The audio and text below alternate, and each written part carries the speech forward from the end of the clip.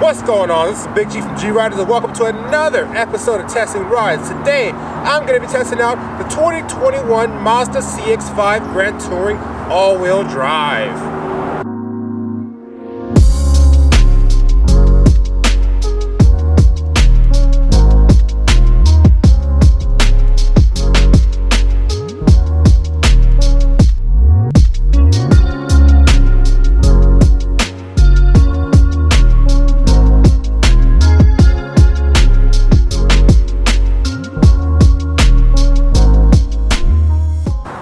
To the 2021 Mazda CX-5, introduced for the 2017 model year. This is the second generation of the Mazda CX-5, and it's been out for about 4 years now, and it is still one of the best SUVs in this category, and I'm going to be talking about that in this video today.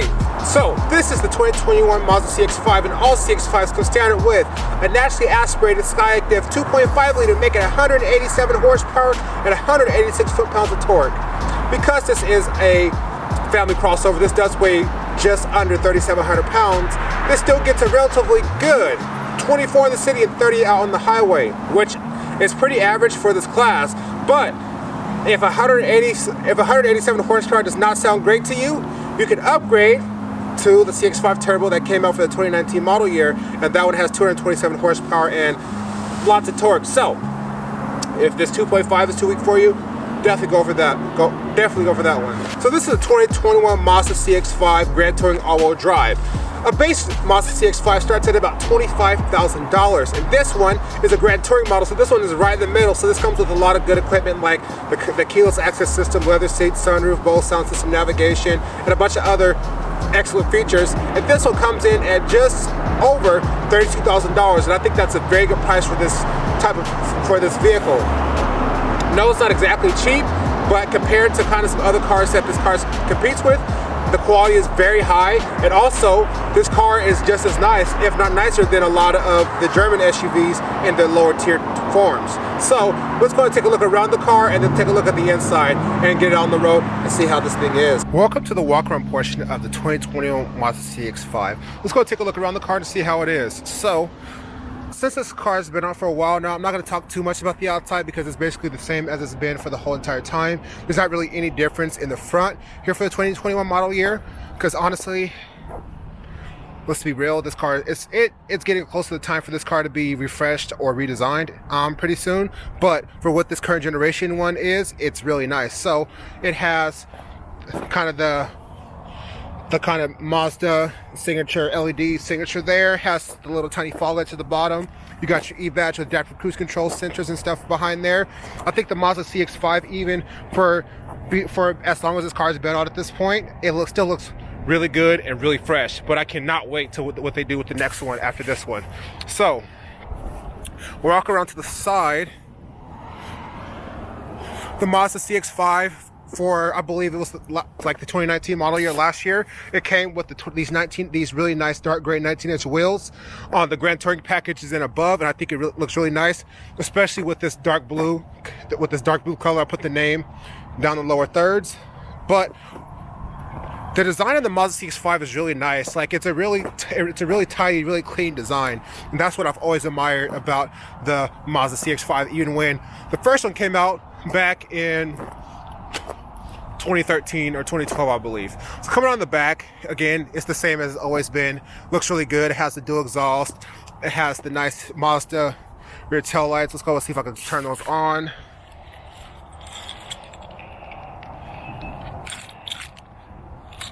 It just looks really good, really clean.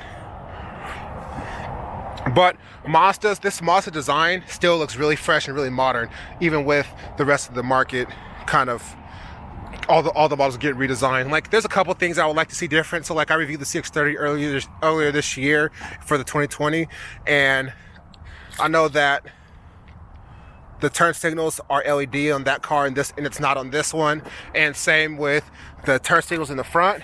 But those are like very small, minor things that they're gonna change it on the new model year when that comes out. I believe the next CX-5 is probably due to come out 2022. But I'm not 100% sure on that one. But I know it's coming very, very soon. But overall, the Mazda CX-5 is a great looking SUV, this compact crossover. All right, let's go ahead and take a look at the interior of the vehicle. All right, since this is a newer Mazda, it has comfort access, it has the old style one with the button. And again, that's probably something that's going to change with the new one. So it's going to be more of a quick tour of the Mazda CX-5 interior, just because this car has been out for so long now. And I'll put up other videos right here, boom, boom, boom, of other model years of the interior, and for the most part, this hasn't really changed except for one part, and I'll talk about that now. All right. All right. Here in the interior of the 2021 Mazda CX-5, looking around the interior, this interior is still really nice. Nice soft touch materials. You really gotta look to find cheap plastics, and there's not really any in this interior. It's like about as nice, if not nicer, than the BMW X3 that I reviewed a couple weeks ago. But it's so nice. Like, the steering wheel has a nice feel to it. This nice leather wrap steering wheel. I like the silver accent with the Mazda badge, and then like where it says like the airbag and this other little thing down there. Basic Mazda steering wheel design. Kind of the a little bit older style Mazda design. Got those two things there. You got some nice paddle shifters. They added those last year for the 2019 model year. On these Grand Touring models. I didn't review one because nothing else was different besides that, but they did add those paddle shifters, and that's something I'm really glad they added, because this car handles really nice, and you can kind of go a little bit hard in the corners in this compact crossover. It's kind of nice to kind of get a more sporty feel when you're driving it.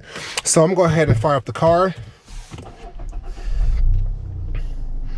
So you got your same old Mazda gauges there. One thing now at this point, I'm kind of not really loving them because they're not really customizable. I think it's time for Mazda to go to a different instrument cluster design, just something a little bit more customizable. Because, I mean, a couple small things. So you got your MPG meter over there, but it doesn't show your number, just shows you the outside temperature. And also, you got a gas gauge, a digital gas gauge there, then an analog gas gauge is there. I feel like this space could have been used for something else different. There's no reason to have two gas gauges, two things that read the same thing, and you can't change anything, and you can't change what it looks like. So you got your info, you can change all that up there. And this doesn't give you a digital speedometer, and I wish it gave you that. So, but that's just kind of some signs of the times. It's time for it to move on. So down there in the middle has your basic buttons and stuff, buttons and switch gear for your climate control. You have your sport button, your auto hold, and then your average Mazda knob there. But big news for this 2020 model year, this now comes with a 10-inch screen. I think that's how much that is. This comes with now a 10-inch screen.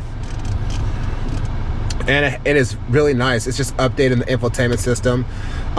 It's really similar to the infotainment system that comes in other Mazda products now. And it's about time they did this, because honestly, the screen in the Mazda CX-5 from the last one I reviewed in the 2020 model year, it was way too small, way too small. So I'm glad they updated that for this 2021 model year. So I'm going to plug in my Apple CarPlay. Weird enough though, I believe it's not a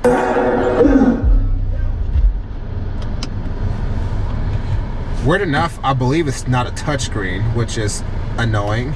So let's go ahead and unlock my phone here. All right, so we're in the main screen, and it looks really nice though. It's nice they put a bigger screen in here. That's one of the things that was missing, because the screen that was in here before was really small and a little bit pixelated. So, you know, as you can see, it just runs really smooth, except there's no touchscreen. So that's a point against it. But that's one of the few things I don't like about this car. Everything else is really nice. I mean, I don't love the engine, but you know, there's a solution to that problem. Just get the bigger engine, you know. So that's really nice that that's even an option. So other thing I don't like about it is the fact that you know, they still are not offering a panoramic sunroof yet. They still got this relatively small sunroof. I mean, it's nice it has one, but it'd be nice if they would offer a panoramic. Also, turn around over here, the key. I do not like the key design. I don't know why they changed this key design. If someone knows why, put it in the comment section below, but it just feels cheaper than it did before. I mean, the buttons on the side, it's almost like the Volvo-esque, and actually I think it looks good, it just doesn't feel good, and I also think it's too big, especially for the fact of the matter is that Mazda doesn't come with factory remote start yet. So I don't understand what making this key so giant, like what's the point in that? So that's one thing that I hope that they kind of look into, and maybe making this key smaller and make it feel nicer to the touch, even in this Grand Touring model. I know this is only the $32,000 model, but like, you can't be having cheap keys like that. So yeah, but I'm not gonna get in the back seat because this is a compact crossover. It has pretty decent space in the back. The seats recline. It looks just as nice as the front. I mean, if you look across here, you see that white contrast stitching at the top and that brown contrast stitching at the bottom there that matches the contrast stitching that's on the seat. That looks really nice. But for the most part, this interior is really nice. This is one of the nicest compact SUV interiors that's out there on the market now, and it makes sense why Mazda wants to try to move this car up class, because this car is already nicer than a lot of the other luxury crossovers. There are a couple things that the luxury crossovers do a lot better, but Mazda is most of the way there, and I like what they've been doing this for the last couple years now, and it'd be nice to see when they move this car up market, kind of what this car can turn into. But with that said, let's go ahead and head on the road and see how this thing drives.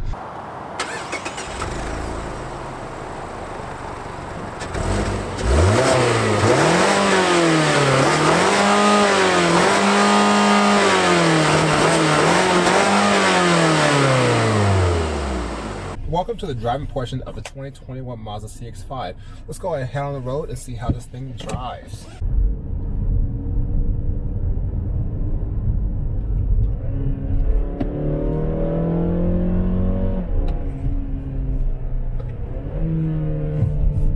All right.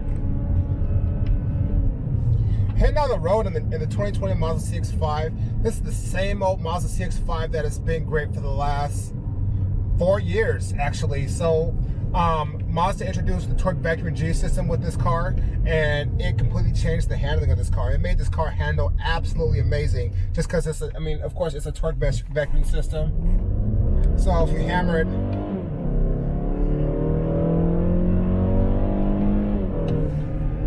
so it's not like this is the turbo motor or anything like that, but it's pretty good. Okay, just watch the handling of this thing.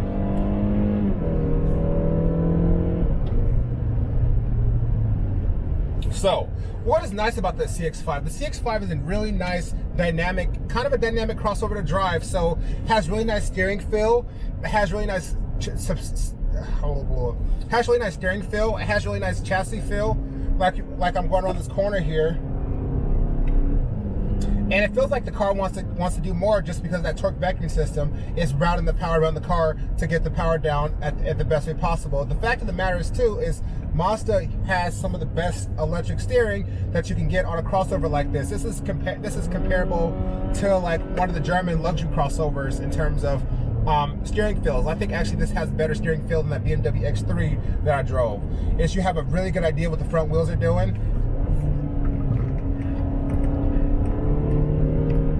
And it's really confidence inspiring. So I'm really glad they added the paddle shifters on for this 2021 model year. Well, no, they added it for the 2020 model year, but it makes this car a lot more fun. So going around these corners, doing a couple downshifts when need to be.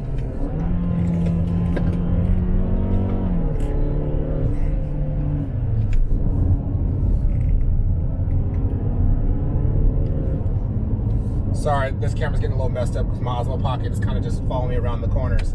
But this is really good for a crossover like this. Got a little bit of understeer there, but that's because this road's a little bit wet. Sharp steer. This is really sharp handling for a crossover like this. And I talk about this a lot whenever I review a CX-5, but I don't know if I've ever kind of caught it on camera like I'm kind of going here.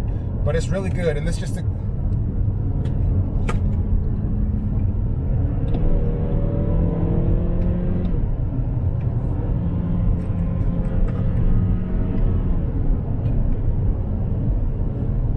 but the Mazda CX-5 is the best handling compact crossover. If you're looking for a car that compact crossover that handles well, this is definitely your car. Do not look any forward, but look at the CX-5. It's really good. But anyways, the rest of the car is the Mazda CX-5 is I think is one of the best, and you see so many on the road, mainly because it's so comfortable. It gives really good fuel economy for what it is. You know, a family crossover is really a crossover like this is really kind of, it gets like, on average it gets about 20 like about mid-20s in the city and low 30 on the highway, and this car gets exactly that, and it adds a funner driveness. So the motor itself is actually pretty torquey itself. Like, it has a decent amount of torque, but of course, since this is not the turbo motor, it doesn't have anything left after that initial torque bite.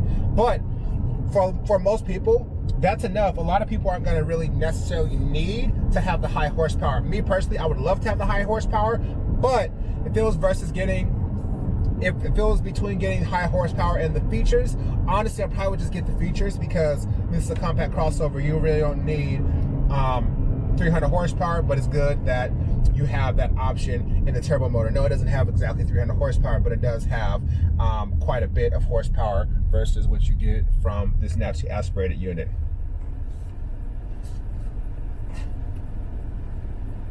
So let's go ahead and do like a little launch here, so you guys see some acceleration. Kick it up over sport mode.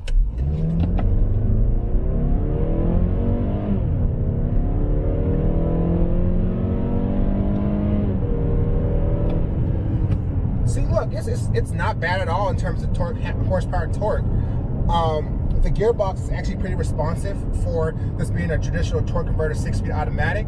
I would like to see Mazda start kind of going towards either maybe a dual clutch or a 8-speed automatic or something like that, because I think that having a couple more gears will make this car get even better gas mileage and make this thing feel a lot quicker, and a lot more lively when accelerating. But that's my only small complaints. One other thing that's really good about this that I feel like needs to be improved on this car is the tech in the car. So the infotainment screen is really nice, and I talked about this on the tour, but the gauge cluster, it just seems really old school Mazda, and it's time to step up to the new modern Mazda and maybe kind of pull some pages out of like some of the other competitors' books in terms of gauge clusters. So like, those are the only small things that I would like to see. This car does have the adaptive cruise control with the stop and go feature, and it works really well. It doesn't have really a good lane keep assist. It's more of a lane alert system, but not really an assist. So it doesn't really help you. It just vibrates and tells you to get back in your lane, and of course that's what you got to do. But it'd be nice if this had an actual lane keep assist that kind of steered the car around corners and all that stuff, all that good stuff for you down in the CX-5. But those are some very, very small complaints. I mean, this is a really comfortable car. The seats are really nice. The leather feels really nice. The heated seats work really well. As you guys know, I'm a big dude, over 6 feet, over 350 pounds, and I'm extremely comfortable in this car. I got plenty of headroom, plenty of shoulder room, plenty of everything room. It's a really good car. The sitting position is great. I sit nice and high up. I can see over the hood really nicely, and I think that this particular Mazda is the number one. I can tell that like the CX-5 is the number one seller, because any Mazda I ever see on the road is 9 times out of 10 a CX-5, and I definitely can understand that, because this car is just great all around. There's nothing bad about it. Like, it's comfortable, it looks good, it feels good to drive. You have the option. It's pretty efficient. You have the option to get more horsepower if that's the kind of thing that you want. It's just an overall good car, and I have really not many bad things to say about it. So what cars does this compete with? So this competes with like the Nissan Rogue and the Ford Escape and the Hyundai Tucson and the Kia Sportage and a bunch of cars like that. And I think that I feel like all those crossovers have like a kind of subcategory of kind of what it is. So there's like the comfortable luxury end of these crossovers. There's also like the more sporty end of these crossovers, and this one is definitely on the sporty ends of that, and I think it is the sportiest of all of them altogether. And you know, sometimes the ride gets a little choppy, but this car is on 19-inch wheels and all that stuff, so like I kind of give it the benefit of the doubt on that one. But it's even with this kind of car being on kind of a sportier suspension,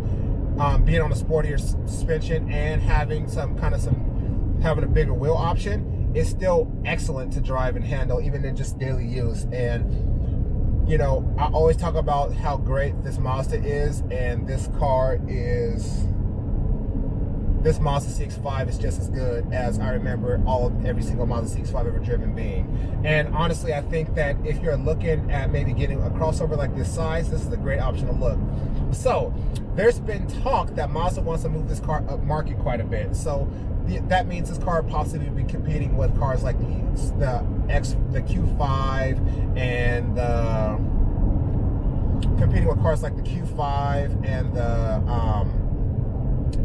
BMW X3 and the Mercedes GLC. And honestly, I can see Mazda doing that, but they have a lot of work to do it if they want to actually compete with that car for real. So a couple things they need to add. They need to update the gauge cluster quite a bit. They need to add more gadgets and gizmos to the interior, because I mean a lot of the luxury cars have all the gadgets and gizmos, and that's what kind of makes the car really interesting and cool to own. It needs a panoramic sunroof. If they do not put a panoramic sunroof, this will not make it as a luxury as SUV or crossover. I know it's a really small petty thing, but if you look at every single other crossover on the road nowadays, nothing has really a standard sunroof unless it's the subcompact crossover.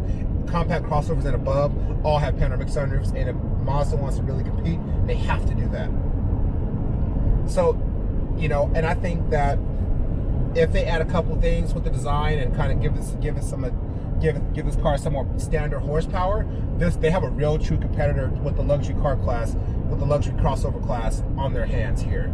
This is a great car, and I absolutely love it. So if you're looking for a comfortable, fun to drive, pretty efficient compact crossover, and you don't necessarily want to get a luxury crossover, this is a great option to look into. So if you like this video, hit me with a thumbs up, hit that subscribe button, keep riding me. Thanks for watching.